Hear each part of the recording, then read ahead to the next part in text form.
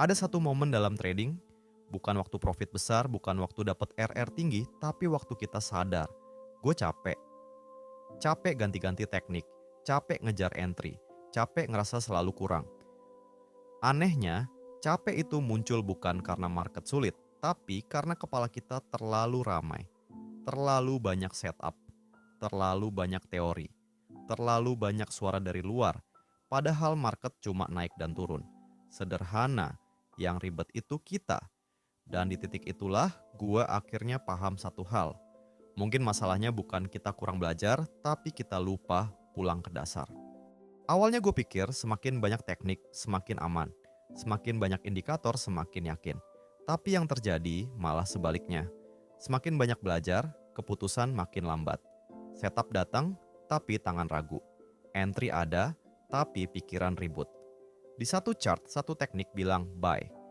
Teknik lain bilang tunggu, yang lain bilang sell. Akhirnya, gue masuk bukan karena yakin, tapi karena capek mikir. Dan disitulah kesalahan dimulai. Di video ini, gue mau ngebuka satu pola yang sering terjadi ke trader. Bukan market yang bikin rugi, tapi kebiasaan gonta-ganti cara berpikir. Dan di akhirnya, gue bakal jelasin kenapa. Satu teknik yang dipahami lebih kuat daripada 10 teknik yang dikuasai setengah-setengah. Gue pernah ada di fase percaya bahwa kalau teknik A gagal, berarti teknik B jawabannya. Gagal lagi, cari C, cari D, cari E. Setiap loss selalu punya alasan. Ini bukan teknik yang tepat. Ini belum cocok. Ini kurang lengkap. Padahal, jujur aja, yang belum lengkap itu pemahaman gue sendiri. Gue tahu caranya entry tapi nggak tahu kenapa gue entry. Gue tahu cara pasang SL tapi nggak siap secara mental saat SL kena. Teknik jadi kambing hitam, padahal yang rapuh itu fondasi. Sampai suatu hari gue berhenti nanya, teknik apa yang paling cuan? Gue ganti pertanyaannya jadi, teknik mana yang bisa gue jelasin ke diri gue sendiri tanpa bingung? Bukan teknik yang rumit, bukan yang penuh istilah keren, tapi teknik yang bikin gue bisa bilang, kondisi market sekarang seperti ini, area pentingnya ada di sini, kemungkinan yang masuk akal cuma 2 kalau salah, resikonya segini kalau benar, ekspektasinya segini. Bukan nebak, bukan berharap, tapi bercerita secara logis ke diri sendiri. Di situ gue sadar, teknik itu cuma bahasa. Yang penting adalah cerita di baliknya. Dulu, setiap chart kosong terasa seperti peluang. Sekarang, chart kosong justru terasa tenang. Karena nggak ada kewajiban buat entry, nggak ada tekanan buat selalu aktif. Kalau market nggak sesuai cerita gue tutup chart. Kalau setup nggak jelas, gue diem. Bukan karena malas, tapi karena paham. Tidak entry juga keputusan. Dan lucunya, sejak gue berhenti maksa market, market justru lebih sering ngasih.